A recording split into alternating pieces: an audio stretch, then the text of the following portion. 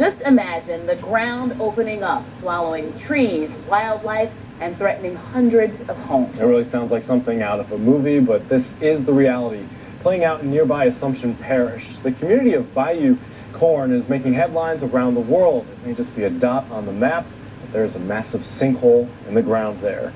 Since it formed last August, the sinkhole in Bayou Corn has continued to grow, as have the questions and concerns from those in the area.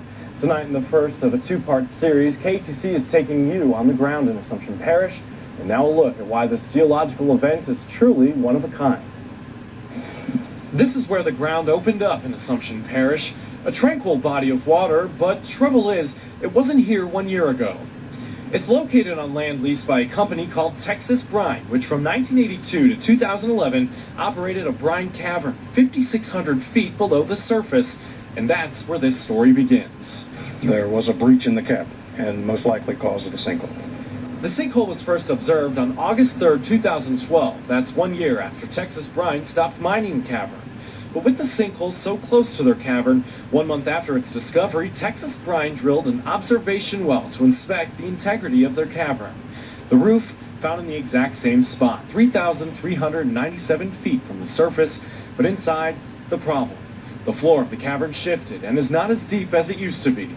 When the cavern was closed, its floor measured 5,655 feet from the surface. The latest measurements put it much closer to the surface, about 3,500 feet down. According to Texas Brine, this indicates a breach, and according to the company, 97% of the cavern is now filled with what was outside sediment.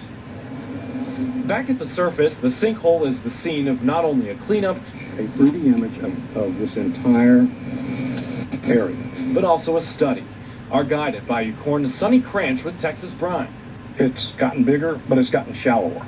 Last summer, the sinkhole measured 490 feet deep, 6 to 7 acres wide. But as more land and vegetation has fallen in, it's essentially been filling it while getting wider.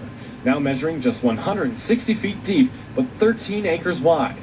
Well, from everything I've heard, there's been no other event like this ever, worldwide. And that's why it's so important to figure out exactly what happened, what caused the sinkhole.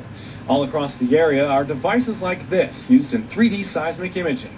They deploy sound waves to study the geology in and around the sinkhole, including thousands of feet below the surface at the brine cavern. You might very well be able to get an idea of exactly where the breach occurred. We're going to be able to look at hydrocarbons and other sediments that are as deep as 7,000 feet all the way to the surface.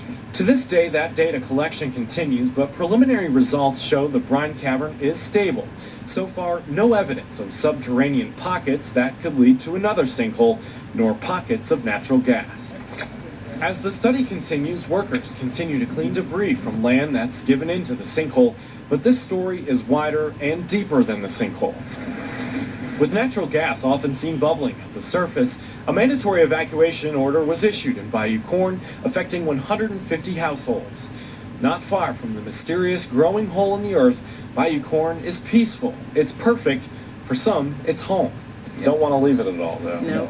Don't want to leave. Be hard to replace, and I tell you, we just don't want to give it up. And that there is Dennis and Pat Landry. They're not going to leave, but you can look for this family's story tomorrow night at 10 o'clock right here on KTC.